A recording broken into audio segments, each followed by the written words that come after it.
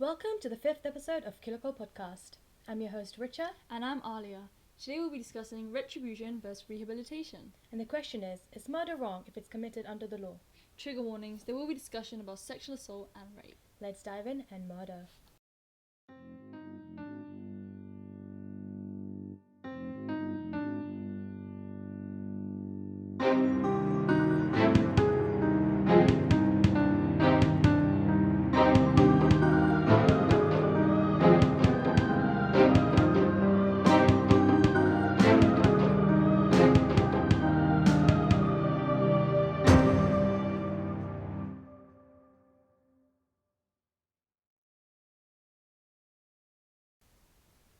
So the case I'll be talking about is the case of the Vienna Strangler, who is Jack Unterweger. I think I'm saying it right. It's an Austrian name and I'm not really sure.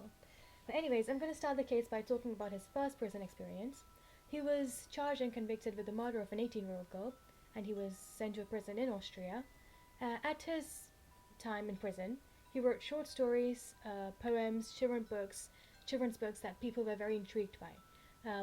The people thought it was raw, complex, and deep. They really enjoyed the words he's put into stories, and it was just very different to what sort of person he was. Mm-hmm. Like, his words do not really capture like his true. So he sort of created a different personality of himself through his books. Yeah, exactly. His words made people forget that he was, a convicted murderer. So the people started petitioning to get him released, and they said that he was the poster child for prison reform. Like, they said he was the perfect role model for like rehabilitation. Mm-hmm. Like, this is what you want criminals to be like if they've been rehabilitated.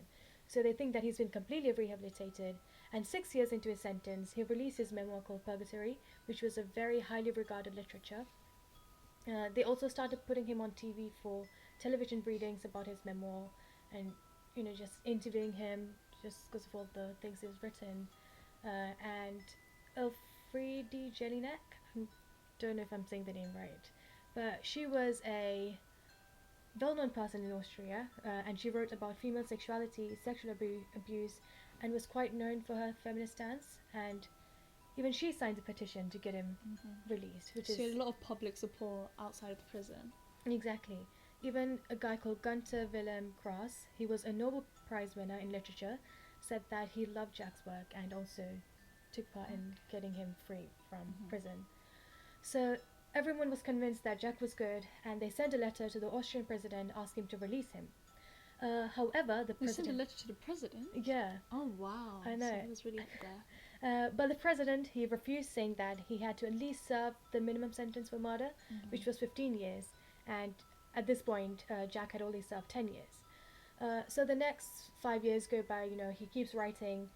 Even the prison guard said that they've never seen a prisoner so prepared for freedom. Like, he was just ready. So he was that perfect model of rehabilitation. Exactly. Rehabilitated criminal. His book was even turned into a film, and he was allowed to leave prison to attend the premiere for his film. So he was given so many privileges. And people seem to forget his past because, when his memoir was released, people called him like the victim.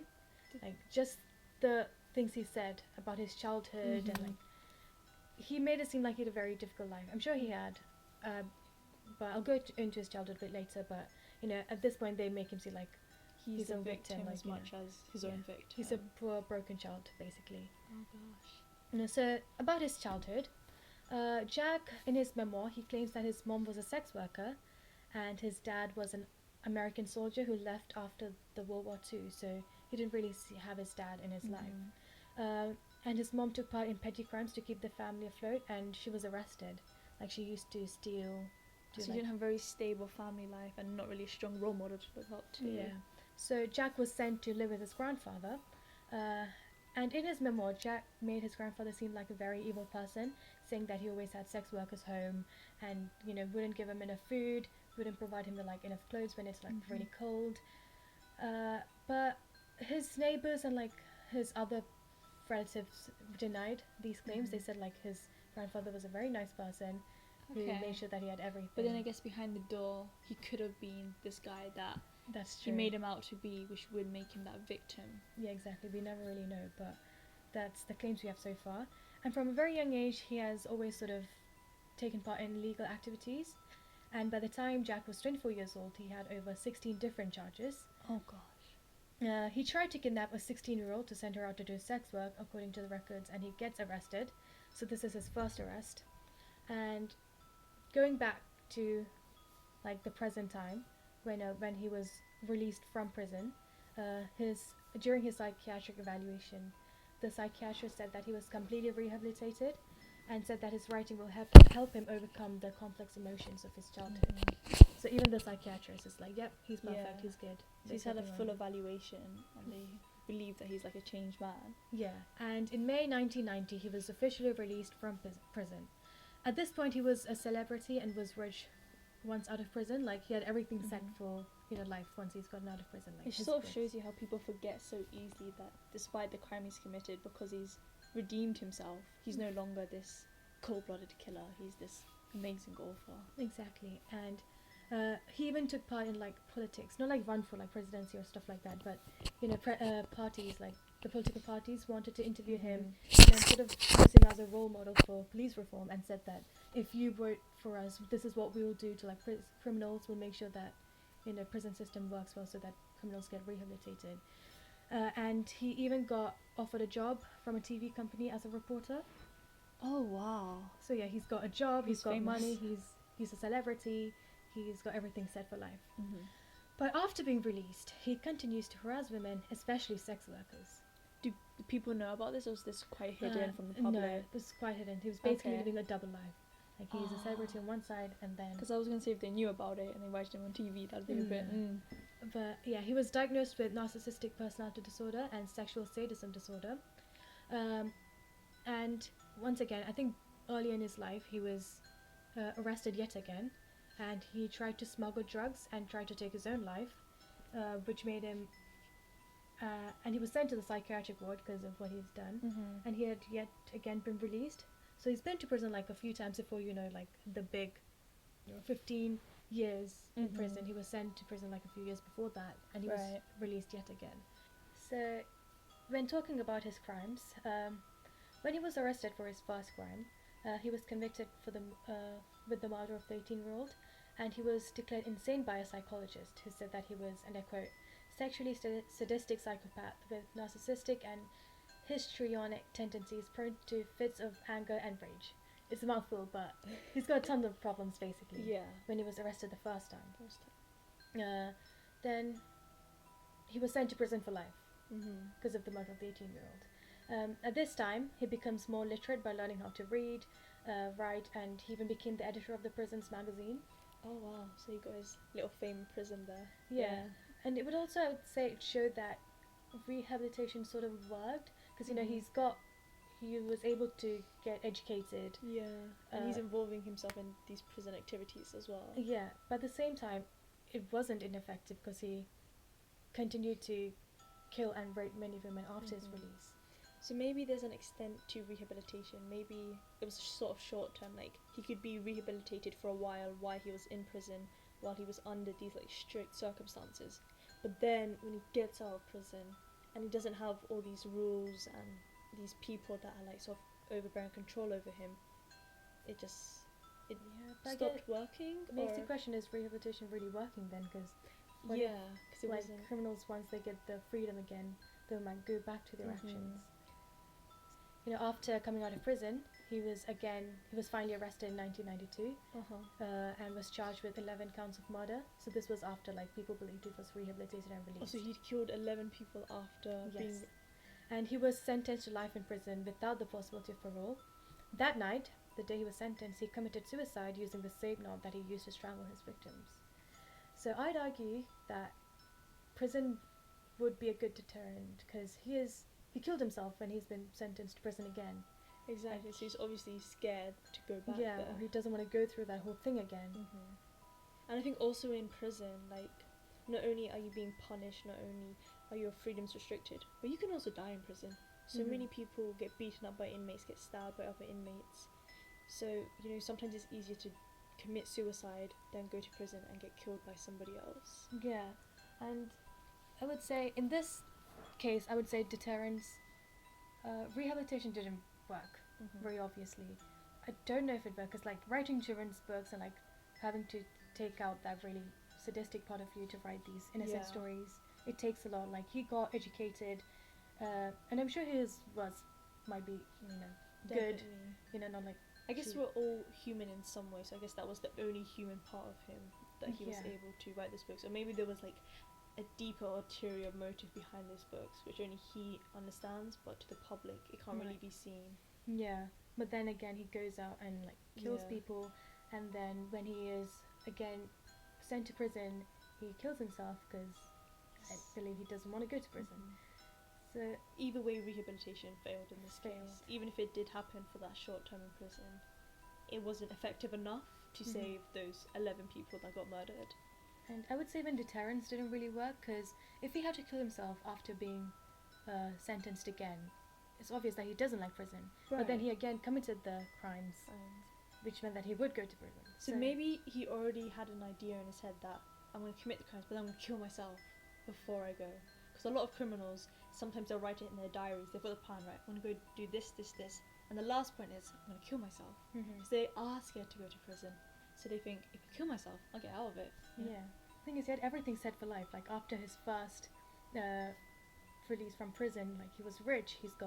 He's a local celebrity. Mm-hmm. He's got everything. He's got fame. Yeah. But then So if he fact had that- been fully rehabilitated, he probably would have just lived that yeah, luxurious lifestyle. yeah, exactly, and share more of his words and like his stories to other Uh-huh. people. And if he was like proper rehabilitated prisoner, I'm sure it would have been like a very inspiring story.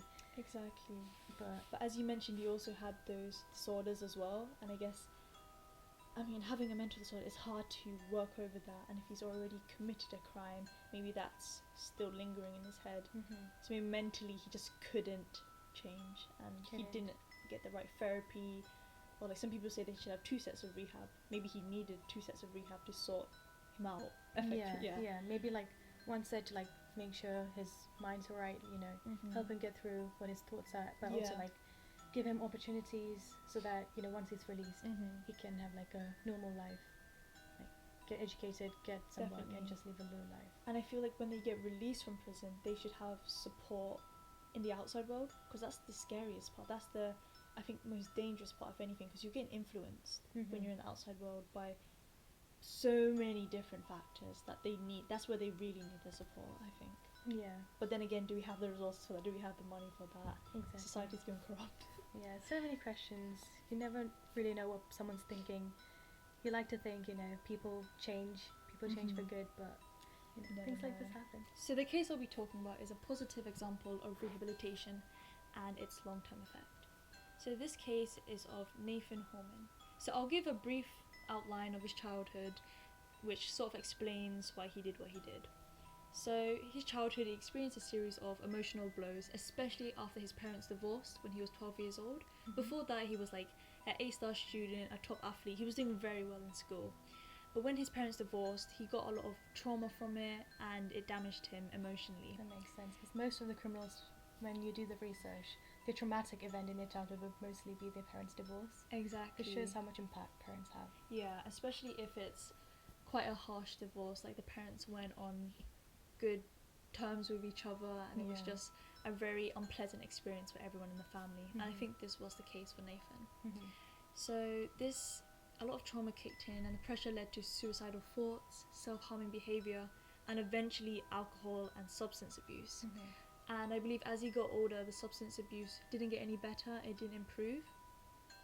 And so one night, July the 17th, Friday 2009, when he was 23 years old, he went out drinking with his friends.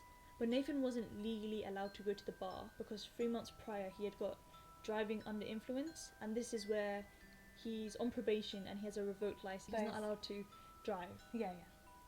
But he tells his friends, "Oh, don't worry, I'm not driving home. I have a designated driver." So his designated driver was 20-year-old Priscilla Owens. And Priscilla Owens had 2 children called Kylie and Tucker. So she was a mom, right? Yeah. She had people that depended on her. And she was a lovely lady. And so during the night, he had a fifth of a whiskey and 13 shots of tequila. So he was very drunk. Yeah. And he says he doesn't remember how it happened, but somehow Priscilla gave him the keys to her car. So she was meant to drive him home Okay. because she hadn't drank, so she was fully sober. So she was the person who was meant to drive. But somehow he ended up with the keys. and he's had 13 shots of tequila, Okay. Is it He's- unsure like how he got the keys or? Yeah, he can't fully remember how it happened, Yeah. but he says that somehow he ended up with the keys. So he ends up with the keys and he starts driving the car. And he remembers the atmosphere, what was being said, and the last words he remembers was her screaming tree. Mhm. And then he wakes up and he's in the hospital, but nobody's telling him where Priscilla is. He doesn't know if she's alive, he doesn't know if she's dead. And he finds out when he sees on the newspaper, crash victim dies. And he's alive. Oh, right. So, so right there he knows Priscilla's died. Mhm. And so what had happened is when he smashed right into the tree, he had been driving at 60 to 62 miles per hour Okay. while flying into the tree with no brakes at all. He didn't even try to stop because he was so drunk, he was so disorientated. Mhm. He didn't even try to stop them flying into the tree. And what had happened is Priscilla didn't have her seatbelt on, so she went flying into the windshield. Yeah. And there was also this massive case of beer bottles which also flew into the front and compacted with her, Right. Okay. and she ended up lying on the floor in the car. Did he have the seatbelt on? I believe he had the seatbelt on because he Okay. survived it. He just ended up in hospital. Yeah. But she died, unfortunately, and she also had 2 children, so she was leaving 2 children behind without no mother. And he was sentenced to 15 years in prison in Indiana, Mhm. but Priscilla's family really wanted him to call them, like, and they actually forgave him as well. They were like, don't let Priscilla die for nothing. So they were really supportive of him. They were like, we love you even though we don't know who you are, because they didn't know who he was. She was just his designated driver, that's all it was. Yeah. And they were like, there's no reason for 2 families to be destroyed. So right at the beginning of his prison sentence, he'd been given all this positive emotional support, like, Mhm. don't give up, we want you to make a difference, turn your life around. Yeah. So, and that's what he tried to do. When he went to prison, he began to change his life around, he began to rehabilitate himself. And after serving 4 years in prison out of his 15-year sentence, he was released. Oh wow. Okay. And upon his release, the local governor gave a letter to him saying, this man has showed so much initiative that he wants to change. Mhm. He is a changed man. He has shown us that he's going to be different. He's not going to come back to prison. Yeah. And from there on, he became a motivational speaker, and he has gone to over 200 schools in the US telling the story about what has happened to him. And he shares these very relatable and motivational messages, such as it's okay to not be okay, Yeah. be transparent, be vulnerable, like, don't give up. Mhm. And that's where he's at today. He continues to give motivational speeches, and he continues to really spread the message about what happened to him and what other people shouldn't do. And one most significant element of his speeches is talking about emotions, about how to address yourself both mentally and emotionally and find healthy releases. Mhm. Because I think when his parents divorced when he was 12, obviously for any child it has an emotional impact on you. Yeah. And I think he found his emotional release through drugs and alcohol abuse, whereas he's saying find a more healthy alternative, speak to someone, because there'll always be someone you can speak to, even if it's your teacher or your school counsellor. Just speak to someone, Yeah. don't end up like me. And he's Yeah. like, I'm 10 years sober now, and just make good choices because great things happen. That's so nice. Also, when you talk about how the victim's family gave him positive emotional support, Mm-hmm. do you think that can definitely help a criminal in rehabilitation? Like, could that work as a good motivation? I think it can, because they've lost their daughter because of him. Mhm. But they don't blame him at all. They even said to him, it was her car, it was her keys. It's not your fault. You were Mhm. driving, but she gave you the keys. And it was Okay. her responsibility. Mhm. So they didn't blame him at all. So I guess it sort of takes off that burden from him, Yeah. being like, okay, maybe it wasn't completely my fault. I mean, he blames himself because he's like, I was the one driving. Yeah. I'm the one that bashed into the tree. That is why she died. But I think having that positive support from the victim's family also shows mercy. Like, even though you've killed someone in their family, they still forgive you. They still Okay. want you to prosper in life. I feel like when they when they are very nice to you, you also have that guilt. Mm-hmm. Just you wanna do better, like Definitely. not hurt them even further. And I think with everything he does, he's sort of living up to the message, like, don't let Priscilla die for nothing, make a difference. Mhm. So that's what he's trying to do. he's trying to make that difference, and it's quite clear. Yeah, and I think he, like him saying, talking about emotions is such a, I think it's a very good message, because I think if you're left with your own emotions and thoughts, it just spirals into something. Mm-hmm. It can spiral into something dangerous, or like just make you go deeper and deeper. Exactly. So if you have someone have that emotional release, it definitely helps you put things into perspective Mm-hmm. and see if what you're thinking is wrong, if you need to work on it, like how to make it better, sort of thing. Especially with mental health being so like evident and prominent nowadays, it's important that it gets talked about and it gets addressed. Yeah. And I think it's quite important that he's talking to children about it, because he's sort of trying to, like, I wouldn't say forge their future, but really impact their future, as in preventing substance and alcohol abuse from happening and spiraling into, you know, driving under the influence and casualties that don't really need to happen and are unnecessary. Yeah, because when, like, talking about divorce as well, like, if your parents are going through that, at that point in life, you don't really have many people to talk about. I mean, I feel like different parents deal with it in different ways, but like most of the crimes and like most of the childhoods you listen to, at that point in life, it's quite traumatic for a child, and they don't really have many people to talk about it,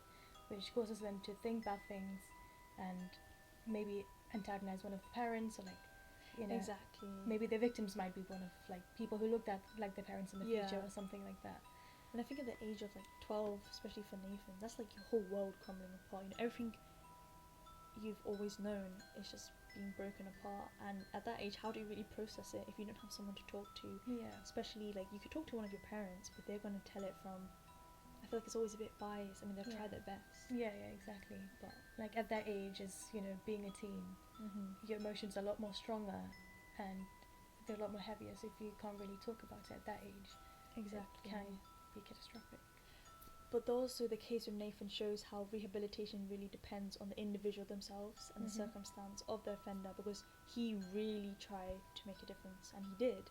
And I guess that's why he got that letter from the official governor saying this man wants to make a change. Yeah. So not only is rehabilitation down to like the prison system and that care system, but also the individual themselves. Because if they're like Nathan, they'll try and they'll make a difference. So interesting, like the crime I talked about, like there was, I would say, a lot more obvious evidence of like rehabilitation, I'd say. Yeah. You know, writing children's books, having these Nobel Peace Prize winners sort of support you. This was all throughout his prison life as well. Yeah, and you know, he was sentenced to life but was cut down to 15 years just because they think he showed so much difference, like rehabilitation, but then he ended up committing more crimes. Yeah, so yeah, it definitely depends on the individual themselves. Yeah, but then he also did have more mental health disorders. That's true. So you got to take that into mind. Do you think then, you know, showing positive emotional support from the victim, if that person had the mental disorder, would have made a difference? What do you mean? Like Jack, the fact that he's got narcissistic personality disorder, and if the parents of the 18-year-old who he murdered had shown him like positive support, saying, "Oh, we forgive you," it's not understandable, but like, you know, we forgive you. Do you think he would have then gone on to murder more people, or? It's hard to say. It's hard to say with mental health. It's definitely hard, I'd say. And just the person themselves. Perhaps he might have not gone onto it. Perhaps he might have. It's very difficult to, you know, sort of, predict if it would happen. Oh yeah. But I think it definitely does have a positive impact for most people, I'd say. If you find out that people have forgiven you even after their daughter's been killed because of you, I mean, that's like mercy on another level. That's just it's just so positive. And if you have been in direct like touch with that positivity, it's gonna have some impact on you. That's all I say. It's gonna have some impact. No, definitely. So the case I will be talking about next is the case of Zhang Coco. I think I'm saying it right. I apologize if I'm not. So I'm gonna drop you straight into his childhood. Coco was born in Huangping, a village in China. So his family consisted of his mom, his dad, his older sister, and Coco. A few other important people in his childhood were his neighbors, the Wang family, who consisted of the parents and the three sons. Both the families, they got along quite well, and they even shared crops as they both relied on farming for their livelihood. So, you know, if there was like any problems with one of their crops, they would share the crops and like make sure they both have enough. a few years passed, and there was this government project that took place in their village, where the government they partner with local farmers, which meant that the farmers that they partner up with they get paid more than what they normally would, which is a really good opportunity when it's like such a rural village and they don't really have many resources or like many income. So this caused competition between the two neighbors, and they even started getting into like it started off with like small bickerings, but then it went into like full-on heated arguments. And the relationship wasn't the same anymore between the Wang family and the Zhang family. So the Zhang family, yes, you know, they were not perfect. Like they argued as well. You know, every time they saw the Wang family, they would say a few bad words. But at the end of the day, they felt bad. You know, they still had a good relationship. They used to have a good relationship, and they felt bad. So the Zhang family they came up with a proposal to make it a win-win situation for both the families, and the Wang family agrees. So the plan was one of the families they have a 2-year contract, and once they've um, accumulated enough income for their family, the next 2 years would be the next family's turn. So they like alternate between the two until like the government project like finishes or like they stop it. And the Wang family they agreed to this, and at the end of the 2 years, so it was the Wang family who started the 2-year contract. At the end of the 2 years, the Wang family they renewed their contract without telling the Zhang family. So they sneaky. they enjoyed getting lots of income. They were pretty well off at this point, and they sort of enjoyed their livelihood. So they went behind the Zhang family's back and renewed their contract. And obviously, the Zhang family felt very betrayed. And Coco's mom, she was a very outspoken lady, and she stood for justice. So when she found out about this, she would go up to their front door, yell at them, question them. She was not very happy. Like she would make she sure made it clear that people knew she wasn't happy. Exactly. She made sure that they saw her frustration. And the Wang family wasn't helpful as well, so every time she would come up and argue, they would rile her up as well, saying, "Oh, we've got so much and you don't," sort of thing. Yeah. So Mr. Zhang, he was sort of like a peacemaker, and he didn't really, want this to get into full-blown arguments. He decided to go to the village committee to discuss the matter and find solutions.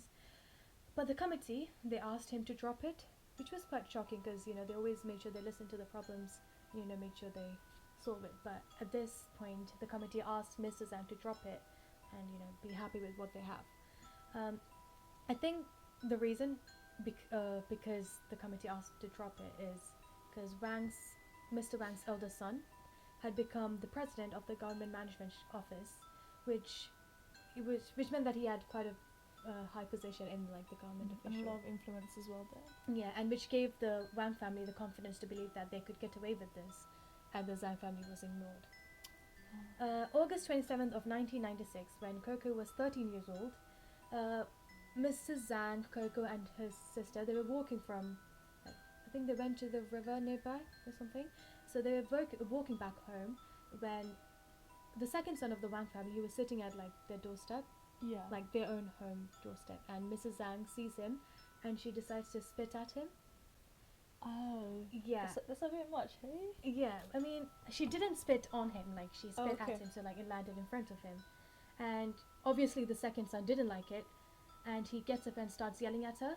So at this point, Mrs. Zhang had started walking away, but then, once he started yelling, she gets riled up, and she goes back and spits again, and this lands on him. This angers the second son, he slaps her across the face.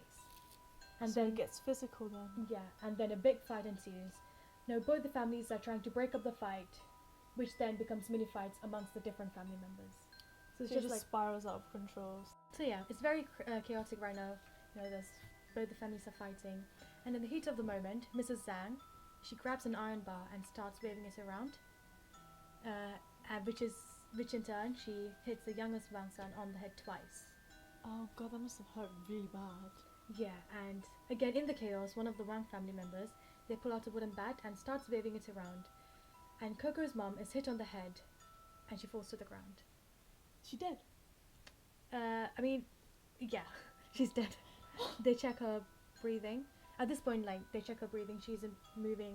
She's just lying on the floor. I mean, they don't think that she's dead yet. Do they say it's self-defense though? Because she did start it, didn't she, with the metal bar? I mean, with the metal bar, Mrs. Zhang is a small lady, and then the Wang family sons, they're quite big.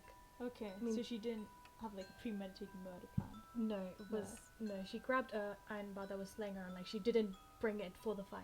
Oh, but they did.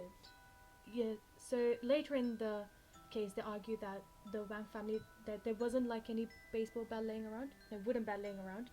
So which meant that one of the family members had to go inside the house and get the bat. Oh, so they were sort of planning. Yeah, but like in Mrs. Zhang's case, like she just took a roll that was laying around because Spur of the moment sort of thing. yeah.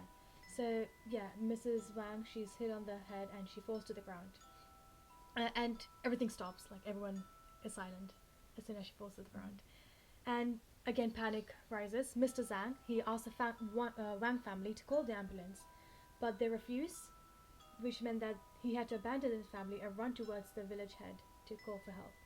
So they really didn't want her to live. No, there was like, why would we do that? I mean, she hit our head twice. We did nothing. You did nothing. They're probably quite scared as well. Like when the ambulance comes, they're gonna be like, who hit her? Yeah, like, yeah. How did this happen? Exactly. And they are to blame. But at this point, they're not very cooperative in making sure she gets the help. So then a car is called and she's sent to the hospital, where she was pronounced dead. Oh, so she was sort of too late to be saved. Yeah. The thing you need to remember is Coco. He's 13 years old. He's witnessing the whole thing. He witnessed his mom die. Big impact on him, especially emotionally and mentally. Yeah. Another sad part is, so they bring the body back to the Wang families. No, they bring the body back to the village, and the Wang family, they carry her body in front of. Sorry, the Zhang family, they carry Coco's mom's body to the front of the Wang family and stay there like demanding justice. And another. No, sorry, this is a traumatic thing that happened. So, because it's like a very small village, they do not have the funds to like take her back to the medical center and do an autopsy. Oh, okay. So the doctors had to come to the village, and they autopsied her in front of the whole village. Like she wasn't given like any private room or anything. Like she was autopsied in their garden in front of everyone. But surely people could have chosen if they watched or not, right? It wasn't compulsory. Yeah, but like people watched. watched. Yeah, it's not every day you see someone get autopsied. Yeah, you gotta be there. Yeah, so this was very traumatic for Coco because he had to witness his mom's head being cut open. Of course, yeah. In front of the whole village. I feel like that's a bit disrespectful as well. Like she just died and being there in front of the whole village. But like everyone just saw her so openly after death. yeah, and that night, the 3 members of the Wang family was arrested. After the investigations and interrogations, the police conclude that the youngest son was responsible for Mrs. Zhang's death. But the Zhang family, they argued that it was the second son who was waving the bat. Oh, so they sort of put the blame on the second son instead of the first son? No, so the police conclude that it was the youngest son. Oh, the youngest son, right? Murdered, or I say that in quotes, like killed the mum. But then the Zhang family, like Coco's family, they argued that it was actually the second son who was waving the bat that caused Mrs. Zhang to get hit on the head. Okay. And the reason why the youngest son was convicted was because he was a minor at that time, and the second son was 20 years old, which means he would be trialed as an adult. But because the minor would get a lesser sentence. Which is why they made sure they would end up. Surely shows how corrupt the police are, because if the youngest one is innocent and they're still trying to stick him in jail. Exactly. It definitely have a lot to do with like Mr. Wang's son's influence, because he's got like a job in the government. And the youngest son is blamed for the murder, and because of this, the sentencing was very light, like you said, and he was only charged with intentional harm, so not with murder, and he was sentenced to 7 years in prison, which is still, that's so horrible. Like he didn't do anything, and he's spending 7 years in prison when really his eldest brother should be in prison. Had done it. I don't know if the younger son was okay with this or like he was in on it. His dad probably convinced him, because the family probably all knew what was going on and they wanted to. There was definitely something going on. And in terms of compensation as well, like the Zhang family did not receive much. Like they did not get enough to conduct the funeral, so they were not given much help from the government or like from the community. They really favoured the Wang family, like the a bit more well-off family. So after this, Coco became withdrawn and became introverted, and people could very obviously see the difference in his behaviour. Like they said, he wasn't the same after that. So from the age of 18 to 19, Coco joined the army, and he was quite good at it. Like he was a good officer in the army, and when like the official asked him like why did he join the army, they must have thought he would have like some very inspirational thing to Yeah. talk about.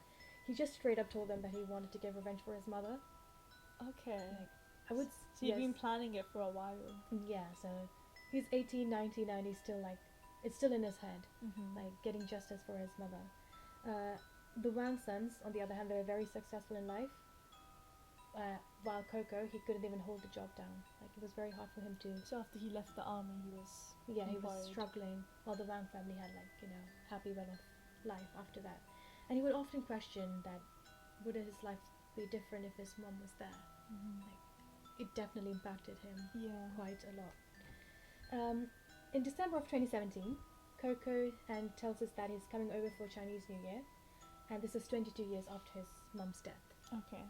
So that year, the entire family reunites. Everyone is very emotional. Coco hands his dad like an envelope, and I think it's got money in it. So he doesn't say anything. He just hands it to him. And on February 15, 2018, Chinese New Year's Day, Coco murders the first and the youngest Wang son. So 22 years of waiting, and on the Chinese New Year day, because like family is a big thing for them, so everyone like goes back to their families. So he knows that the Wang sons will be there at the family house. Okay. So on that day, he murders the first and the youngest son while they were going to I think they were climbing a mountain to pay respects to the dead. And that's where he murders the first and the youngest son. He then breaks into the Wang family, walks straight to Mr. Wang, who was in the kitchen, and stabs him in the chest too. So at this point, he's killed 3 people from his past. And then Mrs. Wang was in the house too, but he walks up to her and says, "You're a woman, I won't kill you today." So sort of showing respect in an odd way. Do you think because like his mom was killed, he sort of doesn't want to go kill another mom? Yeah, Perhaps exactly. that could be his point of view. Like, you would think like murdering someone, he wouldn't be in his right state of mind. Like he's just going around killing everything in his way. But then it sort of shows he knows what he's doing. Yeah, he knows what he's doing. Like he wants to get revenge, and that's all he's for. Like he's and not it's so planned that he doesn't go and kill the mom, even though she's a clear witness. Exactly. So 2 days after the murder, he turns himself to the police.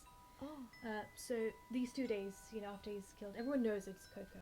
So when questioned, like, where was he for those 2 days, he said he just wanted to see the fireworks, just enjoy, because he knows, like, he accepted his fate. Like, from the moment he decided to plan his revenge, he knows he couldn't get away with this.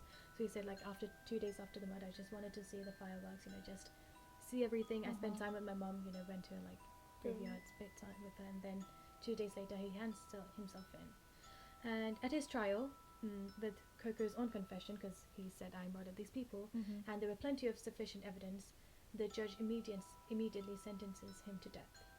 To death? Like capital punishment? Capital punishment, yes. So when the prosecutors twisted his words and said that he was unsatisfied with life, so they tried to, like, give reasons as to why he did it, like, the Wang family. Yeah, like there was like, the Wang family was well off, he was jealous. Like, Coco didn't like that, he was angered. He said, I did not do because of that. I wanted justice for my mom, and that's the only reason I did it. Like, he did not like the other reasons that the prosecutors made up for him. The Wang family had tons of support just because of the Wang family's influence and power and wealth. Yeah, and like Coco's family is not well off. They don't have much. You said he struggled to get a job, right? Yeah. Exactly. Like, even he doesn't have like family wealth or anything like that. The entire family was struggling. But the judge, he refused to consider any of Coco's circumstances. Like, would you say the judge was biased because of the Wang's influence? If he wasn't like looking at any of the circumstances despite the pile of evidence?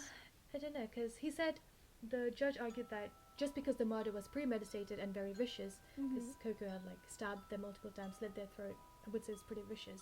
Just because it was premeditated, he said he deserved the death penalty. Yeah. I mean, revenge is never an excuse to go kill people. Exactly. He could have got revenge in so many different ways. Like, he didn't have to end with their lives. You can understand why he's done it, but it doesn't excuse him for taking another human's life. Exactly. Then you could argue, like, every time someone wrongs you, like, you feel angered.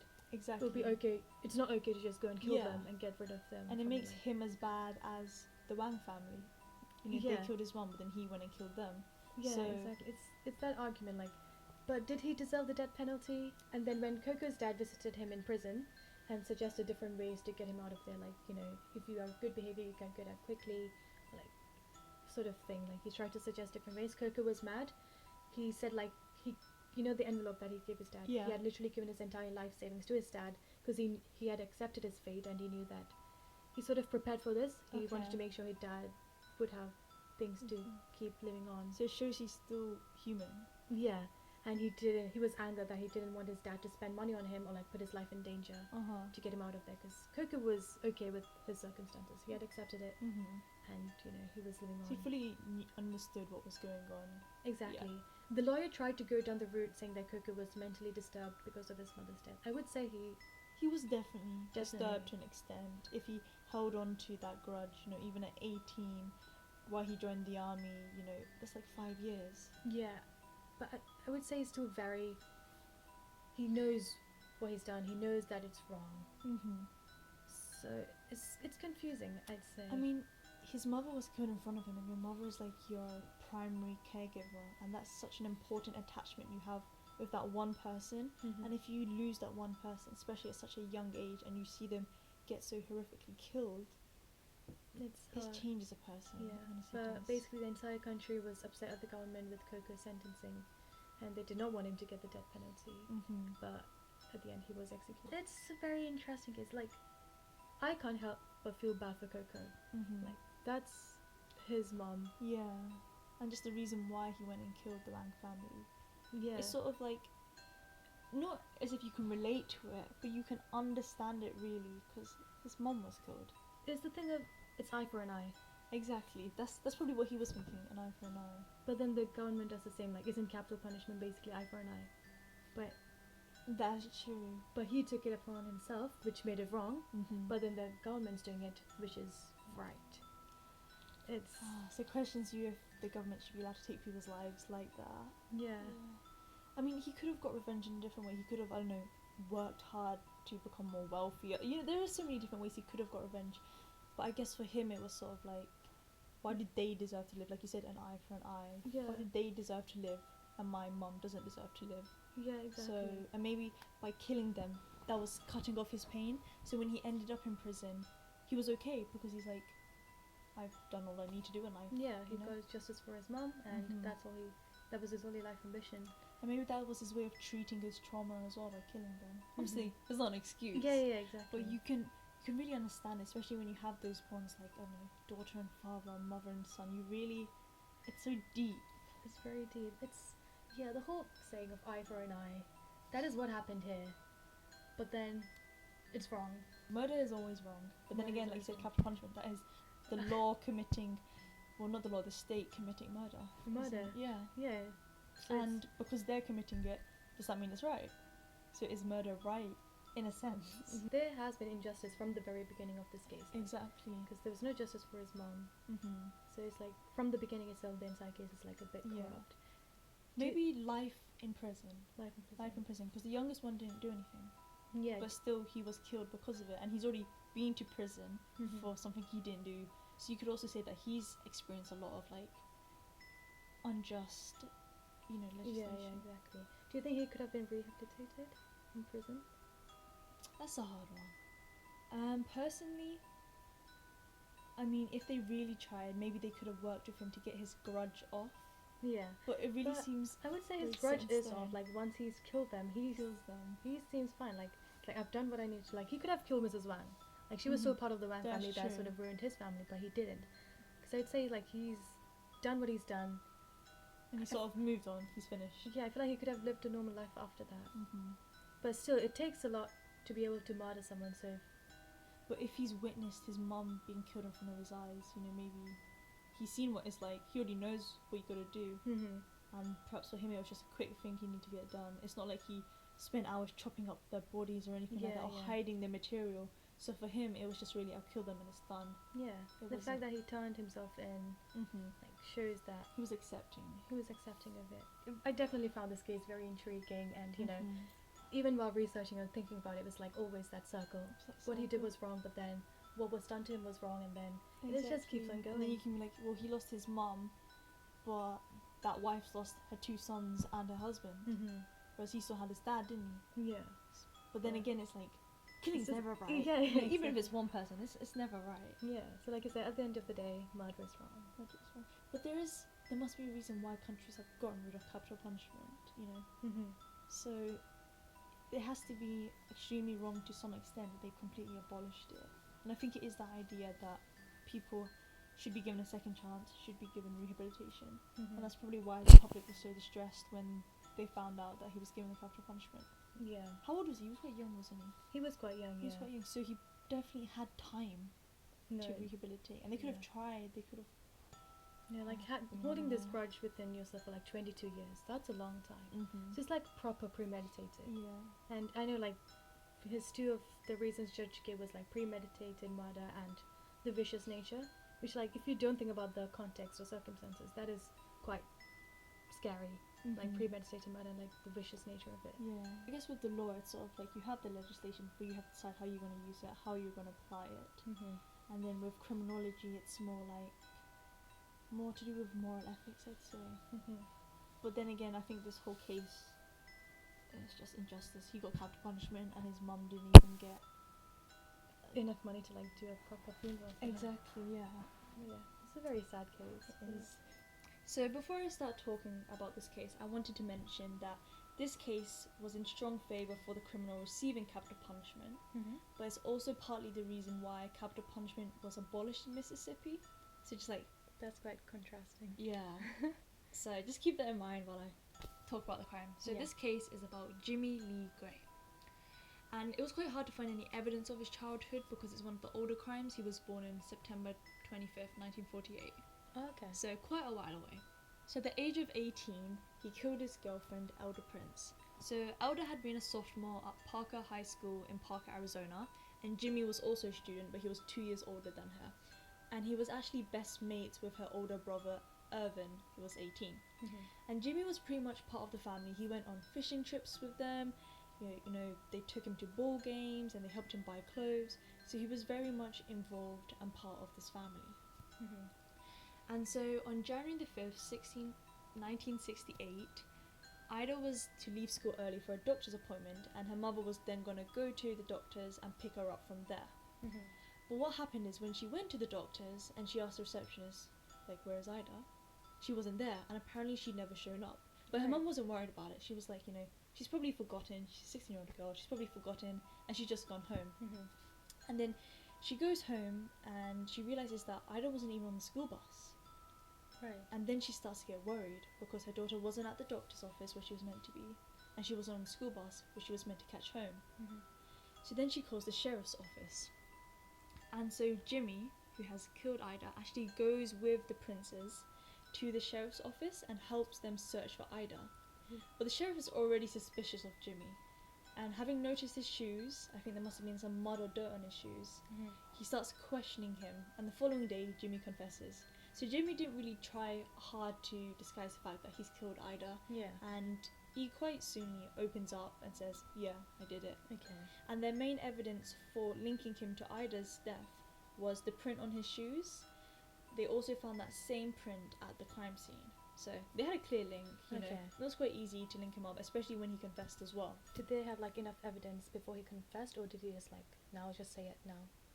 Originally the sheriff was suspicious of him. Okay. So I think once they found out it was him, and then they looked at his shoes, then they had the evidence. But I feel like for a lot of crimes, the confession is the main part. Yeah. And I think for Jimmy's it was the main part because he could then lead them to where the body was found and show how he did it. Yeah. So after he confessed, he then took the officers to where he dumped Elder's body. And so he told them that Elder had been strangled, and then he cut her throat before being thrown into a culvert. And what had happened is Jimmy had met Elder after school, and then they'd walked home together, and of course this was normal because they were boyfriend and girlfriend. She's not going to be suspicious of that. And then apparently they got into a quarrel, and that's why he had killed her. And so because of this quarrel, he was convicted of second-degree murder instead of first-degree murder, and he received 20 years to life imprisonment. So Elder was buried in Cottonwood Cemetery on the 11th of January, and he was sentenced to life imprisonment. However, even though he was given a minimum of 20 years, the Arizona prison released him on parole after 6 years.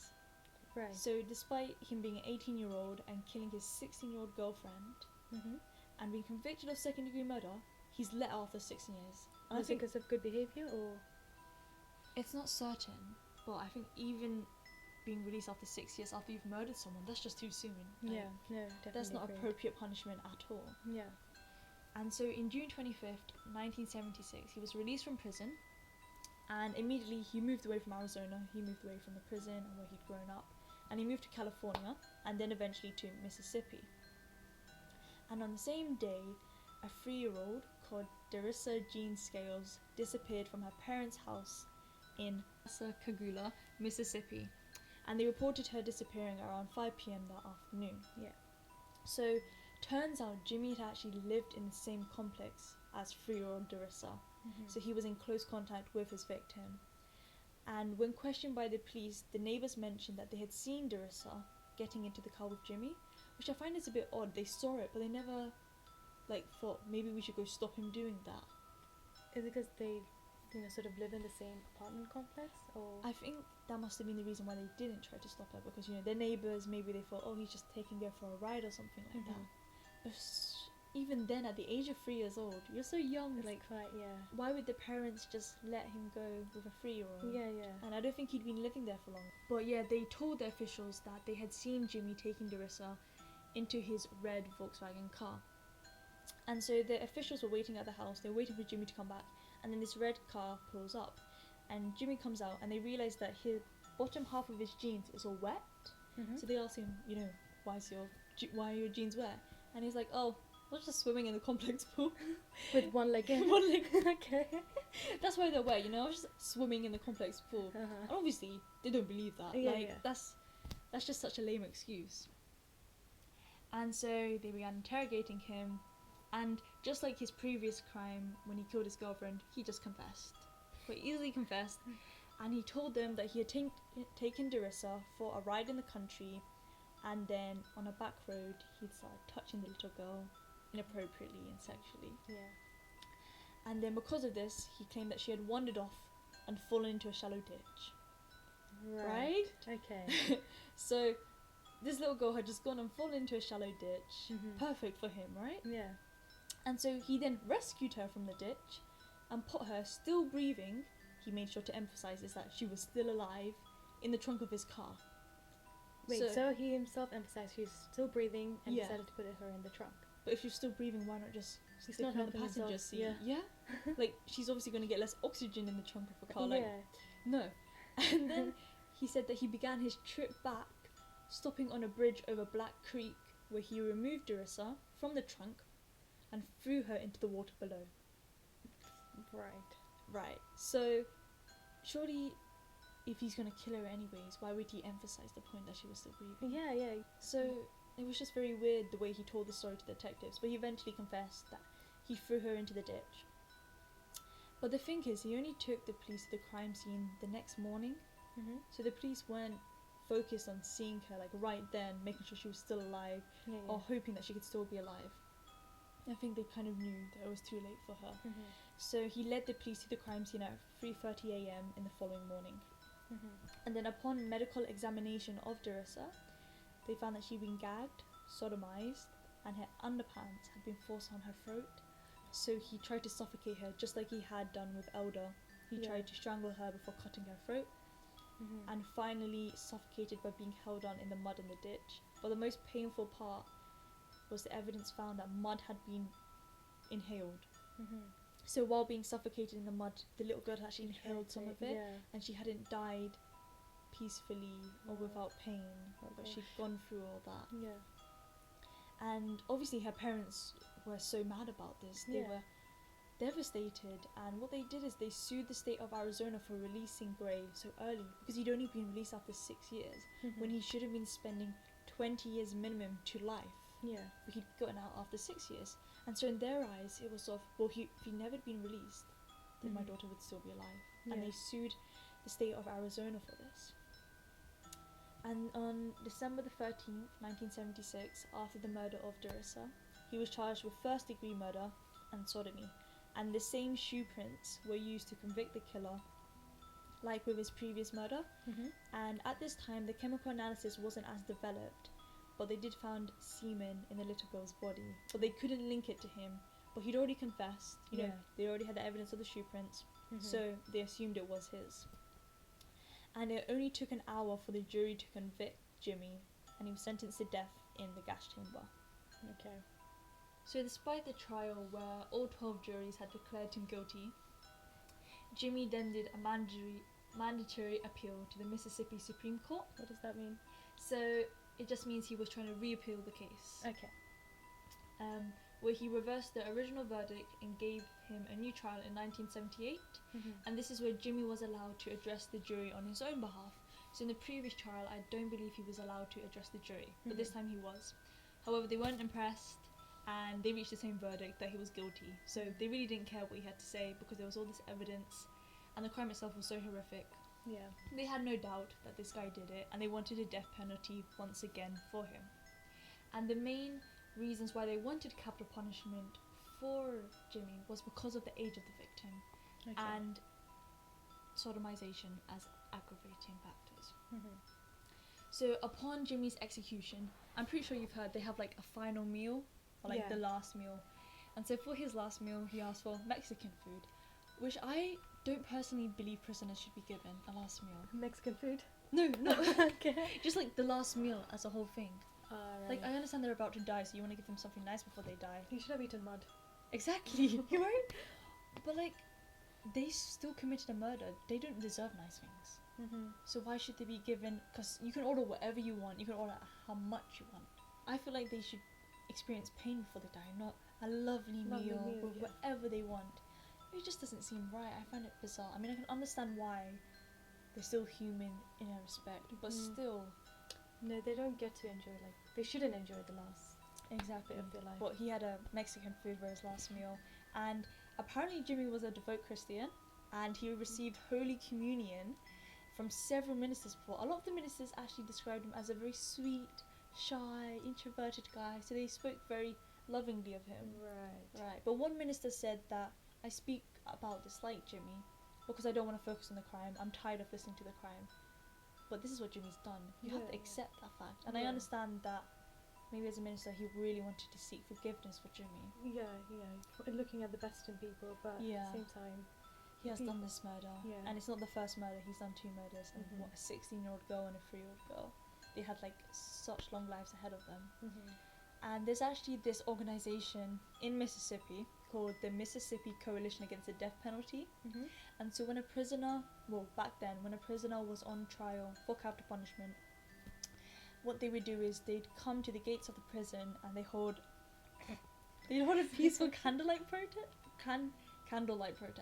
For the murderer. for the murderer, saying, "Don't execute them, this is wrong," sort of thing. I guess this is just them saying, we don't agree with capital punishment. Maybe sentence Yeah. into life, but not capital punishment. Okay.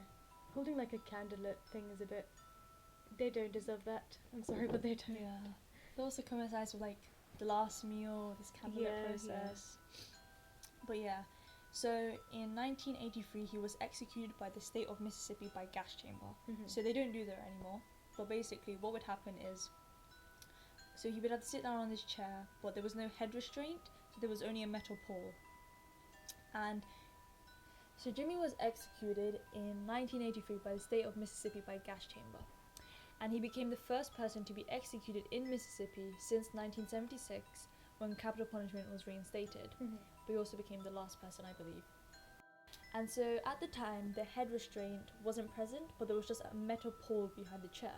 So he didn't have anything to rest his head on. And this sparked controversy because of the suffering that Gray exhibited during the gas chamber. So basically, as he began breathing in the toxic gas, he started thrashing his head around, striking the iron bar, because there was no headrest for him. Good. Sorry, but I mean, yeah. Why is it such a bit controversial? Like, I mean, they believe that when describing his death, they said it was a painful death because the head restraint wasn't there. So he kept bashing his head on this metal pole. Of course, he deserved a painful death, but it did spark controversy. I think because the state is trying to end someone's life in the less painful means. Okay. I guess it makes sense why they want to do it like in a lesser painful way. True. No, like take the the murderers did, like, make it vicious. But also his pain and his death should be equal to his victim's death. His victim's death, yeah. But then again, people believe in rehabilitation, people believe in so many different things. I think it's a very heavily debated topic and it's hard to come to a certain conclusion. But I guess I feel like the state's point of view was the less harm we cause, perhaps the less controversy there is, the less attack on them. I don't know. His attorney, Dennis Balsk, told reporters that Jimmy had suffered a painful death at the end of it. And apparently he was thrashing around for 8 minutes, but then after those 8 minutes they made the observers leave. So there were people watching this happen, but they made them leave because it was such a painful thing to watch. And they said he moaned 11 times. Partly due to Gray's execution, Mississippi passed legislation making lethal injection the only method of execution for inmates after July the 1st, 1984. So gas chamber was stopped. Just because of its inhumane nature. Yeah. Okay. Because lethal injection, I believe it's a less painful way. They just inject it into your veins and then after a few minutes you die. Yeah. And with Gray, he suffered a cardiac arrest because of the thrashing around and because of him inhaling all this toxic gas, and he died at around 12:15 a.m. However, some observers say that they saw some movement after that, but that is the estimated time for his death. Yeah. And when interviewing family members and victims' parents, what Jimmy's mother, Verna Smith, said, who was living in California at the time, she actually urged the state of Mississippi to execute her son. So this is a mother telling the state of Mississippi, I want you to murder my son. And her explanation was, there was a jury of 12 members. They all found him guilty. Okay, not one questioned, maybe he didn't do it. They all found him guilty. 12 people found him guilty. Even if I don't find him guilty, 12 people found him guilty. Yeah. So why should I question it? Yeah. And she didn't want to hurt her son. But how could she not? Okay. That he deserved it. If so many people found him guilty, and she's obviously heard the crimes herself. Yeah. So she didn't question the jury's decision. She didn't question the jury's decision. But he did have a retrial, and that same, I don't know if it was the same jury, but the jury involved in that retrial also sentenced him to death. So what about in terms of innocent people being convicted? What if the jury, all of the jury, no doubt say he's not guilty, but he's actually an innocent person? I guess with innocent people, they don't confess. Okay. They won't have this elaborative story of how they did it and how they confessed. But he confessed. Okay, So the jury listened to this, and they matched the shoe print. The DNA wasn't confirmed, but it was assumed. Yeah. So there's definitely that element of evidence. And even if he was innocent, would he have confessed? Or if he had confessed, if he had been sort of forced into it, would he have been able to told it in such elaborate detail which all aligns with the story? Because if you're innocent, there's no way you can tell a story which aligns completely. Didn't happen, yeah. Yeah. And also because this wasn't the first time he'd done it. He'd been to prison before, and that linked him so closely because he was the boyfriend. You know what I mean? And he admitted to it. So I think for his mother, especially his mother, I feel like sometimes they have an instinct of what their child's done. They sort of know if they're lying or if they're not lying. Yeah. But she urged the state of Mississippi to execute him. And Opal Prince, which was the mother of Elder Prince, which was the 16-year-old girl he killed, she said the execution was their big day and that the execution was long overdue. So they'd been waiting for this day, and they were glad he was killed. Yeah. So there were definitely people who were in favour of capital punishment and the gas chamber being used on Jimmy, even though you had the Mississippi Coalition against death penalty who came and did their candlelit process. There are definitely people that believe he should have had it. One important thing to notice is that the court psychiatrist said that he was not criminally insane. Okay. So he didn't have any mental health problems, and he knew what he was doing. Despite this, some people described him as he was the sweetest man until he wasn't. But that's quite clear. Yeah. Because yeah, he wasn't. if you're going to get away with it, you're not going to go around telling people acting horrible all the time, because then you're probably going to be the murder suspect. Yeah. So of course he's going to be a sweet man. How else did he get the little girl into his car, you know what I mean? Yeah, exactly. And that some people describe him as harmless. But this case is a really good example of showing how the capital punishment for gas chambers, at least, because they still use lethal injections, was abolished, but also how rehabilitation was completely ineffective, and how I believe the justice system failed that little 3-year-old girl in this respect. Yeah. Because he should have at least been given 12 years minimum, but he was only given 6 years for murdering a 16-year-old girl. Yeah. And because he was let out, then he went and killed someone else. But also brings about the question that if they had used capital punishment on him the first time, maybe 3-year-old Darissa would still be alive, even today. It's interesting because like my ideology is this: is making sure that the perpetrators or murderers, they suffer the same pain that the victims had to go through. But considering how his own mom and the victim's family wanted him killed, I guess it depends on the person. Like they were okay, like him being murdered instantly. I mean, he wasn't killed instantly, but like they were okay with him like not being there in their life, basically. Sort of. It just shows how horrible a person he was. But then he also did suffer a lot of pain while dying. I mean, can you imagine inhaling all that toxic gas? It sort of mirrors how that little girl had inhaled all that mud. That must have been so painful for such a small child, and how his first victim was strangled to death. Yeah. So he did experience pain. The pain. Yeah. Do you think that was wrong? Do you think he shouldn't have experienced all that pain? Personally, I'm glad he did. I mean, that could be quite controversial for some people to listen to, but just because the children were so young, it was children he killed. And the way he did it, it wasn't like he just shot them in the head. He strangled them. They went through the pain of being attacked and then dying slowly. And if he is correct that the little girl was still breathing, then she went through so much. Yeah, no. And I think this capital punishment of him being in the gas chamber sort of mirrors maybe those years in prison, because those observers had to leave because of his injuries and because he was in so much pain. Because he just wasn't dying instantly, unlike lethal injection. Yeah, and again, like him having rehabilitation, like making him do rehabilitation in the first part of his like prison time, it maybe would have been effective or maybe not. But either way, like nothing's been done, and he would come out anyways. Exactly. And the 3-year-old would have been killed. So at this point, it would seem like to make sure that one life is saved, he should have given up his life. But again, then people were like, oh, he should have been given a chance of rehabilitation, because he's not a serial killer. Like there are people who just go around killing. And perhaps if he hadn't been caught, he would have gone on to kill more people. Because definitely, he moved away from Arizona, he went to California, went to Mississippi, found another victim. And as soon as he was given the chance, he killed them. Because I believe he killed her in the same year he got out of prison. So he got released from prison in 1976 of June. December 1976, he was charged with first-degree murder of Darissa. Okay. So basically, as soon as he got let out, he killed the little girl. Do you think it's maybe like just the rough nature of being in prison sort of influenced him to? It could have been. I mean, he went in when he was 18 years old. So especially that young age, you're very vulnerable. And if you came out around 24 years old, your brain doesn't develop until you're 25. Okay. So definitely had an impact. I'm not sure how big of an impact it had. As I said, it really depends on the individual themselves and how much they're willing to reform. But it could have definitely had an impact, depending, especially if he was like involving himself with serial killers or rapists. Yeah. Maybe that's where he got the idea from, because he didn't rape his first victim. Yeah. He only strangled her, but he did so much more to this 3-year-old girl. So you would say maybe the vicious nature of his crime increased in like the second crime compared to the first? Yeah, I believe it increased. But obviously both deaths were pretty gruesome and sad. Yeah, of course. So this will be our final episode in the discussion series. It was very fun to talk about the different topics in the true crime world and see everyone's perspectives on it. We hope you enjoyed it as much as we did, and thank you for spending time with us on this journey. Be safe and make sure to check out our mini episodes.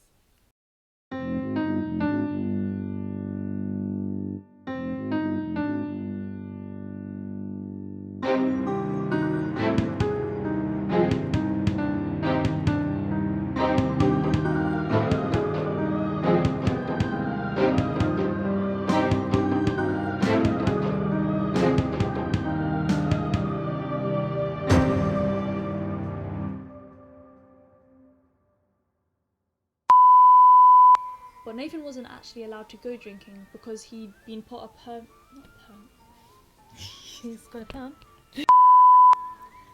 Well.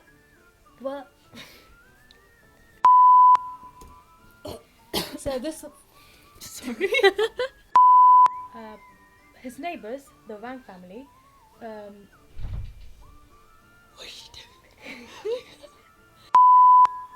so the crime I'll be talking to you. So he can't drink while driving. I mean, nobody can drink while driving.